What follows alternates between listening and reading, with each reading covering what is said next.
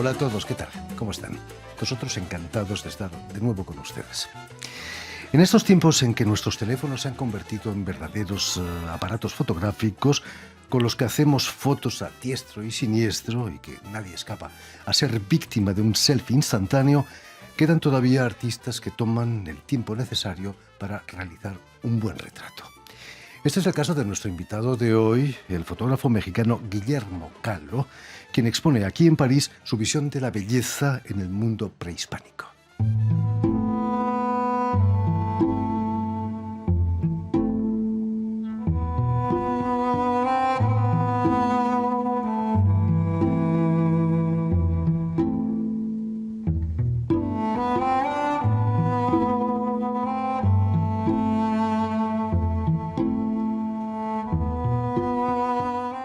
Y precisamente para hablarnos de esta exposición y de su trayectoria como fotógrafo, Guillermo Kahlo ha sido tan amable de venir hasta nuestros estudios. Muy buenas tardes, Guillermo. Gracias.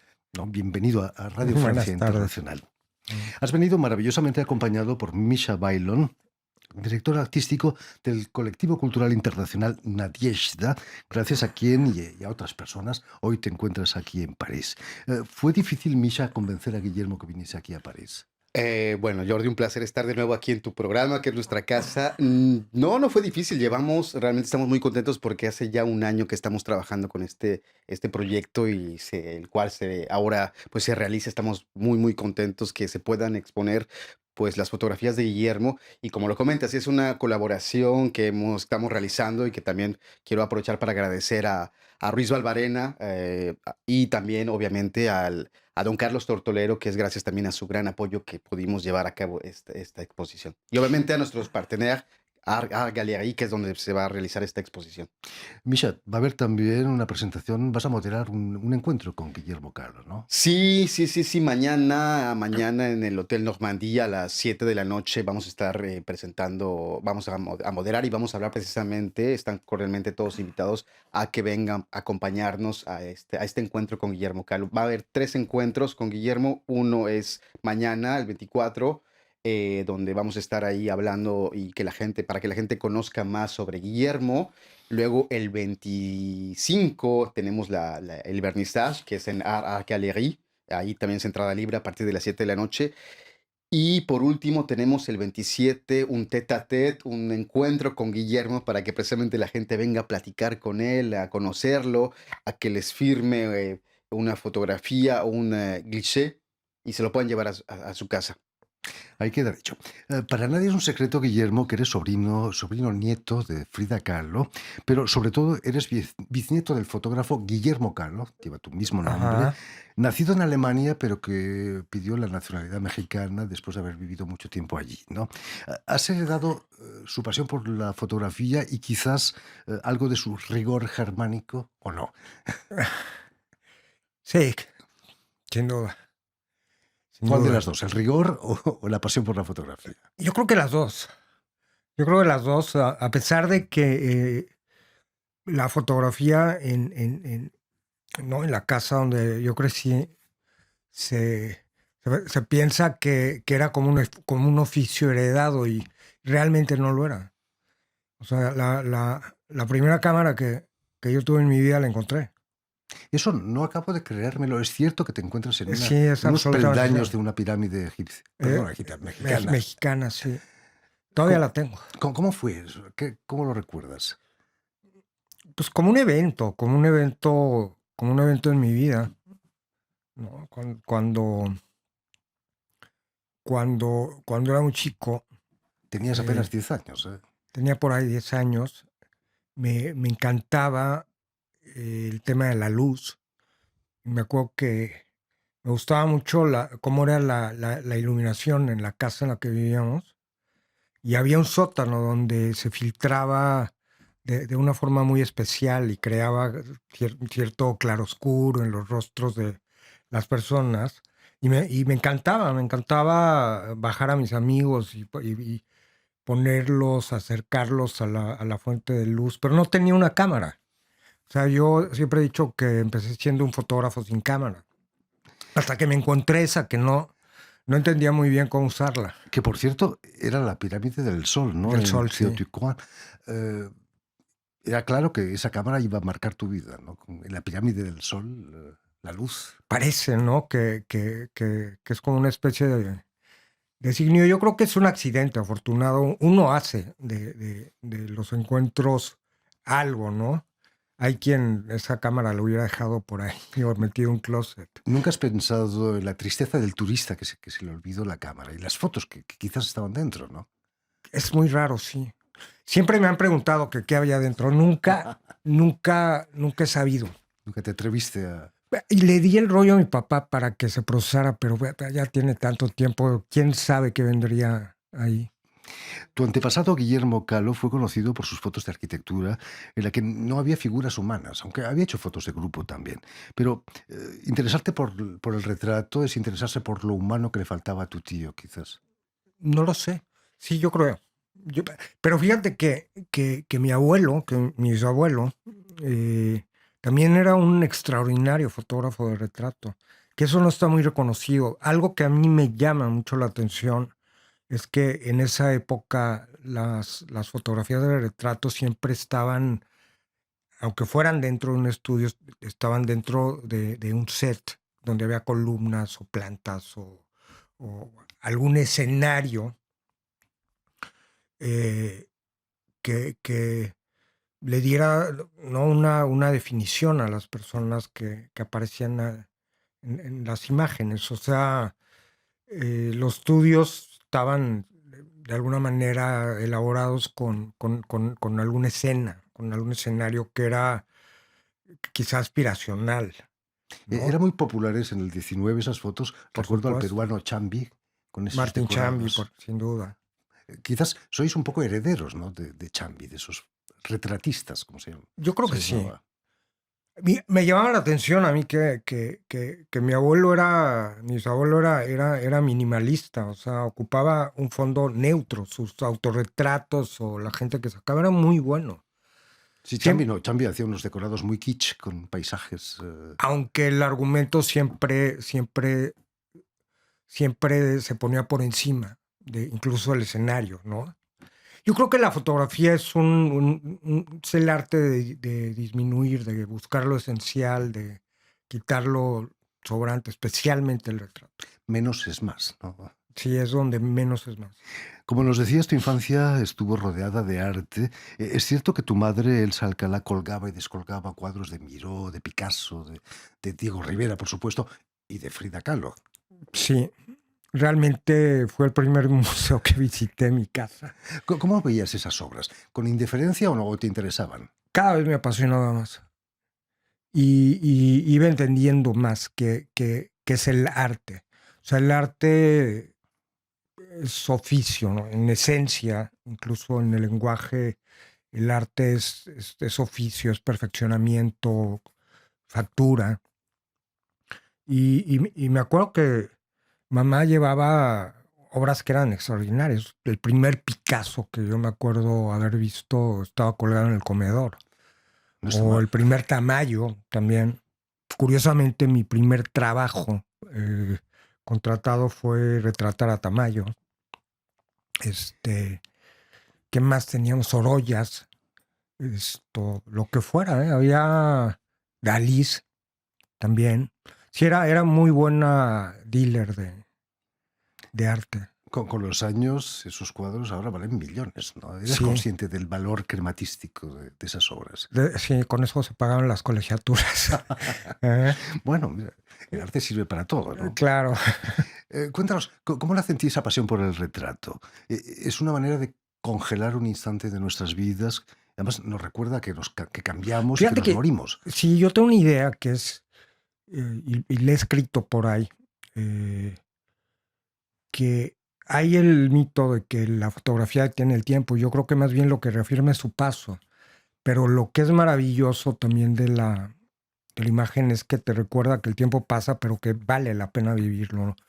Que hay cosas que no están ¿sabes? Tan a la vista, ¿no?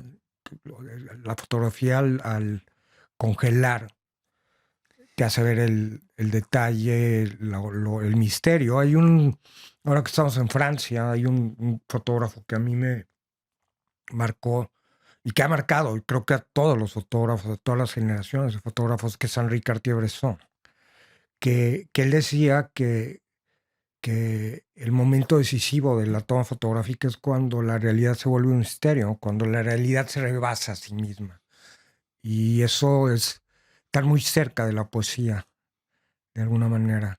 Aunque esa espontaneidad de Cartier-Bresson era falsa, él ponía en escena a sus personajes, ¿no? No eran tan casuales como No, parecen. absolutamente era provocado, estudiaba el ángulo, la luz, el momento, repetía la escena, pero le da un sentido distinto a la fotografía de lo que tenía, que es la documentación. Originalmente creo que la fotografía surge por la necesidad de documentar la existencia, y las primeras fotografías son en realidad retratos. Lo que sucede con el retrato es que viene la masificación, por llamarlo de alguna forma, de la imagen. O sea, el que podría, ¿no?, antes haberse hecho un retrato era alguien que podía pagar una pintura. Y es una reafirmación de una posición social. Por eso los primeros retratos creo que son aspiracionales y están aderezados con un montón de cosas, y la gente se vestía de una manera especial para ir al estudio, porque es la imagen que quería proyectar de sí mismo ante el mundo y ante, ¿no?, su propio contexto. Precisamente también ha sido fotógrafo de grandes personalidades mexicanas, desde Peña Nieto, el presidente, hasta actrices célebres. Como Goya, ¿guardas una cierta distancia con el poder o no? ¿Te implicas con ellos también? Y yo creo que trato de no considerar la investidura de un presidente o de un empresario o de una trayectoria artística. Una de las primeras cosas que me comentaron cuando empezaba en esto fue alguien que se lo agradezco que me lo haya dicho en ese momento, que era: tus fotografías hacen que las personas célebres se vuelvan humanas, y que las personas humanas y anónimas se vuelvan célebres, ¿no? El proceso contrario. Es una, Realmente no creo en la investidura. Creo que esencialmente todos los seres humanos tenemos la misma búsqueda. Eso te repite todo, ¿no? Este, Hablando de personas humanas, tienes una serie que has hecho con internos de un hospital psiquiátrico. sí, No ha debido ser fácil ese trabajo, ¿no? tampoco tan difícil como yo lo pensé. Yo creo que es el único trabajo en el que he llegado con cierta reserva, ¿no?, y un prejuicio. Lo que yo aprendí en el psiquiátrico fue a borrar el prejuicio, a no tener una preconcepción, y sobre todo a no nombrar. Yo creo que el lenguaje nos marca, y nombrar nos determina. O sea, el decir loco, por ejemplo. O sea, yo extraje la palabra loco de mi lenguaje cuando llegué al psiquiátrico. Me di cuenta de que no era para nada lo que yo esperaba. Yo esperaba una experiencia de horror. El problema da miedo a alguien que ha perdido la razón, ¿no? Pero hay más gente que ha perdido la razón afuera de los Es hospitales. más fuera que dentro, decimos. Sí, realmente para mí fue una experiencia también entrañable. O sea, cómo, cómo se conducía la gente hacia nosotros. También aprendí que son grandes manipuladores, o sea, las personas con algún desequilibrio, que tienes que tener mucho cuidado en ese sentido. Fíjate, íbamos a tomar fotografías durante una semana y duré 2 días, me sacaron con todo mi staff, porque uno de los pacientes articuló las cosas a manera de que nos echaran a la calle. ¿Os acusó de algo? No, ¿qué pasó? Sí, nos acusó. O sea, mi asistente, en esa época usaban la película Polaroid, que era la prueba, antes de hacer el retrato. Y una paciente le dijo: oye, regálame las pruebas, ¿no? Entonces me pregunta, le digo: sí, dáselas. Y entonces al día siguiente, a un día de que la dieran de alta, llega argumentando de que mi asistente le había robado sus fotografías. Y eso empieza a generar una discordia dentro de la institución y una serie de dificultades que jamás me imaginé. O sea, una experiencia para mí fue darme cuenta de la complejidad que hay detrás de un proyecto fotográfico. O sea, no es que llegas con tu cámara a un lugar, sino que tienes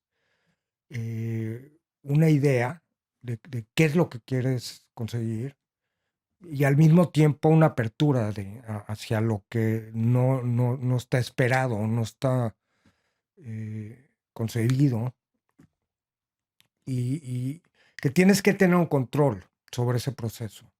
Yo creo que eso es el éxito de un buen retrato, de una buena sesión de fotos. Yo Claro, creo que la fotografía es una disciplina sobre todo, necesita más que esa, un esa talento, rigor germánica que quizás has quizá. heredado de tu bisabuelo. En tu trabajo también, en tu estudio, invitas a gente de la calle, gente que vive quizás en la calle, Sí. que no son célebres. ¿Qué es lo que te interesa en esa gente? Yo creo que tiene mucho que ver con quién fui. Me acuerdo que cuando, cuando era niño me fascinaba la calle, pero la calle no la teníamos a la mano. O sea, no éramos niños que jugaran en fútbol en la banqueta. Por la Ciudad de México era desde entonces una ciudad peligrosa y a mí no me dejaban salir. Entonces tenía un amigo que mis papás no se imaginaban que en su casa no había chapas, o sea, no había llave para que nos restringiera la salida a la calle. Y él hace poco tiempo me dijo, era una maravilla convivir con ustedes, porque con ustedes conocí las cosas donde no iba, ¿no? Teníamos una casa de campo y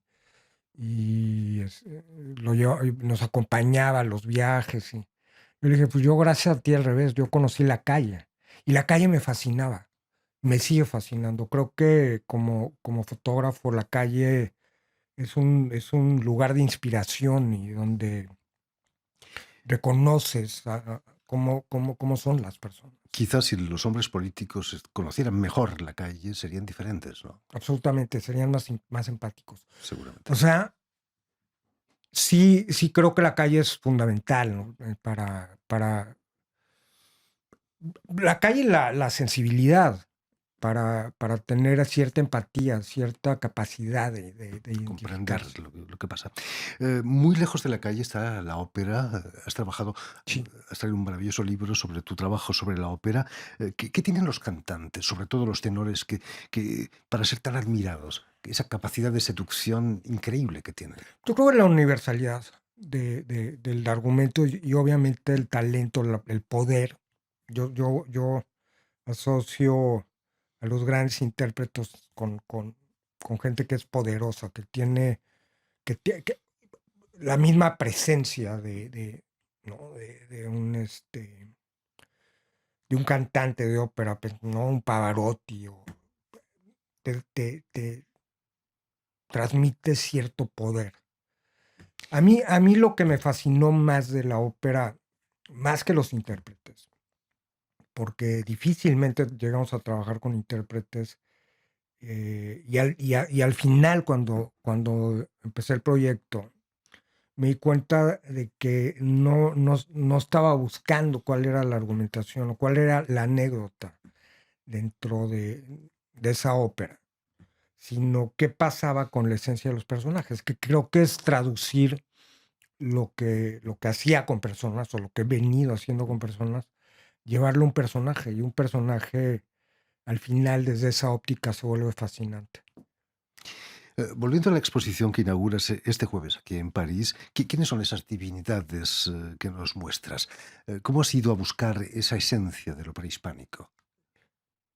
Por un total accidente. Fíjate que teníamos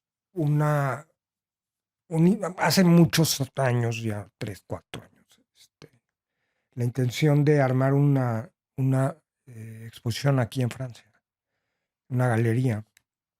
Y el productor generó un proyecto que le llamaba La Mujer Latina. Y ellos habían hecho en México un proyecto donde había al revés fotógrafos franceses y que tenían una visión particular, ¿no? De la mujer, como podía ser Helmut Newton, que es un parámetro de fotografía súper interesante.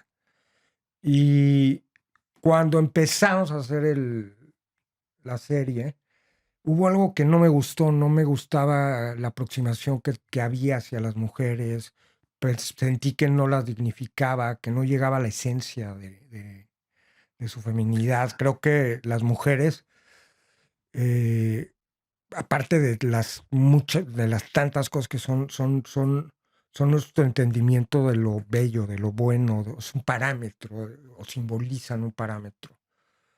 Y entonces se lo conté a una amiga. Lo conté, estoy haciendo esto, pero no estoy muy convencido de aquello. Y me dice, deberían de hacer las diosas prehispánicas. Le dije, ¿qué es eso? ¿Qué son las diosas prehispánicas? Entonces le pedí a a la editora del estudio, a la museógrafa, que me investigara de qué se trataba, ¿no? Y todo el staff, el manager, empezaron a investigar que eran esas diosas del mundo prehispánico. En todo caso, tu trabajo está en las antípodas de Helmut Newton. Yo creo que Helmut Newton tenía algo que a mí siempre me ha fascinado, que es la ambigüedad. O sea, Helmut Newton, a través de su visión, liberó a la mujer y la volvió objeto al mismo tiempo. Curioso, ¿no? Son las dos cosas al mismo tiempo. Es una ambigüedad. Y siempre yo creo que haciendo fotografía tienes que tener mucho cuidado con ese tipo de cosas. Es fácil caer en un estereotipo, es fácil rayar en lo cursi o usar el elemento simbólico fácil ¿no? de acceder. Creo que el Newton lo que lograba era eso, era reflejar la ambigüedad y la contradicción de las condiciones sociales y de un tiempo en particular, que eran los 60, los 70, la liberación sexual, muy particular. También cómo la mujer empieza a participar de otra manera en el mundo, a ser mucho más independiente, a tener una voz más fuerte en la sociedad. Hablando de elementos simbólicos, estábamos viendo la foto del cartel de tu exposición. Ha sido peligroso trabajar con una víbora como la que tiene el modelo. Sí. Claro, son animales para cine. O sea, domesticados casi. Sí, pero no deja de tener un cierto riesgo. Por ejemplo, que ella esté envuelta por la víbora. Y esa fotografía para mí era un reto interesante porque existe la que obviamente es la foto más popular de una víbora, que es Natasha Kinski, ¿no? Envuelta por la víbora. Entonces, cuando estás jugando con ese tipo de cosas, es fácil rayar en, ¿no? Lo que te decía, en algo que puede ser hasta kitsch. ¿Tu modelo aceptó fácilmente prestarse a ese ejercicio? Sí, fíjate que sí. Mira, yo siempre he creído que una sesión empieza antes de la sesión. O sea, empieza con la primera llamada, empieza con la primera idea. Obviamente el primer punto de contacto es fundamental, donde tú logras o empiezas a convencer a las personas de qué es lo que quieres. Que era muy difícil, por ejemplo, en el caso de las diosas, convencer a una modelo de que es una deidad, de que es un parámetro, de que está en la divinidad. Yo me acuerdo, por ejemplo, de esta fotografía, la modelo, cuando la vi la primera vez no estaba muy convencido. O sea, me la mandó el productor en su dossier y le dije, no va a funcionar. Porque ella es una modelo de revista para hombre. Y le decía, no me convence, siento que sus posturas son más comerciales, un poco estereotipadas, me hubiera gustado más una actriz. Y me dice, Mira, la voy a llevar, si no te convence, ya vemos qué hacemos. Y entonces, poco a poco la fui convenciendo de qué es lo que tenía que representar. Y fue muy interesante. Es extenuante a veces ese proceso, pero No es fácil, ¿eh? pues no, porque a- a- al fotógrafo le está demandando una cierta energía. O sea, tú tienes que tener un convencimiento absoluto de qué es lo que estás haciendo. Tu tía abuela, Frida Kahlo, expuso en París hace muchos años, en los años 30, antes de la guerra, de la Segunda Guerra Mundial. Que otro Kahlo exponga en París es todo un acontecimiento, ¿no? ¿Eres consciente de eso? Sí, me llama la atención a mí más porque yo asocio la fotografía con Francia, sin duda. O sea, lo que te contaba desde Cartier-Bresson, desde el sentido de la estética, la conformación de la ciudad, ayuda muchísimo. Es una ciudad que tiene una armonía visual impresionante, pero también Francia es donde empieza la fotografía, de alguna forma. Entonces Señor eso a mí Daguerre tiene una calle aquí en me París. me parece un reto interesante el estar aquí, el presentar mis fotografías en donde es la cuna de la fotografía y donde ha habido realmente fotógrafos que a mí me han impactado mucho, como Brassai, sin duda, Eugene Atget. Él hace todo un testimonio de tiempo porque durante una época arrasaron con una parte de la ciudad y él, por donde iban arrasando, iba sacando fotos y lo único que queda de algunos distritos son las fotografías de allí. Y eso me parece totalmente fotográfico, o sea, el que ese mundo viva a través de las imágenes. Es el trabajo del fotógrafo, ¿no? Rescatar cosas del pasado. Y volver las cosas del presente y del futuro. Fíjate que yo siempre he dicho que un retrato es la manifestación del tiempo en todas sus instancias. Es el pasado, es el presente y es el futuro de una persona. O sea, un gran retrato tendría que tener esa característica. En fin, pues ya lo saben, todo eso y mucho más lo tienen en la galería Art más Art, en el 28 de la rue La Fontaine du Roi, la Fuente del Rey, aquí en París, en el distrito 11, para la exposición Divinidades del fotógrafo mexicano Guillermo Kahlo. Muchísimas gracias, Guillermo. Al por haber contrario, estado. muchas Mucho gracias a éxito ustedes. en esta exposición. Permíteme también que dé las gracias también a Misha, que ha Sí, participado con no, nosotros. y a toda la gente que ha Por A apoyado toda el la presencia. gente, proyecto. a, Los esperamos, a Vanessa González, que nos ha ayudado tanto en este Alejandro, a proceso. don Carlos Tortolera, a toda esta gente que nos todo el apoya mundo. para llevar a... Es todo un equipo lo que se Naturalmente. necesita para una muestra. Y también a Adrián Toro y Tiffany Menta, quienes se han ocupado de la realización del programa.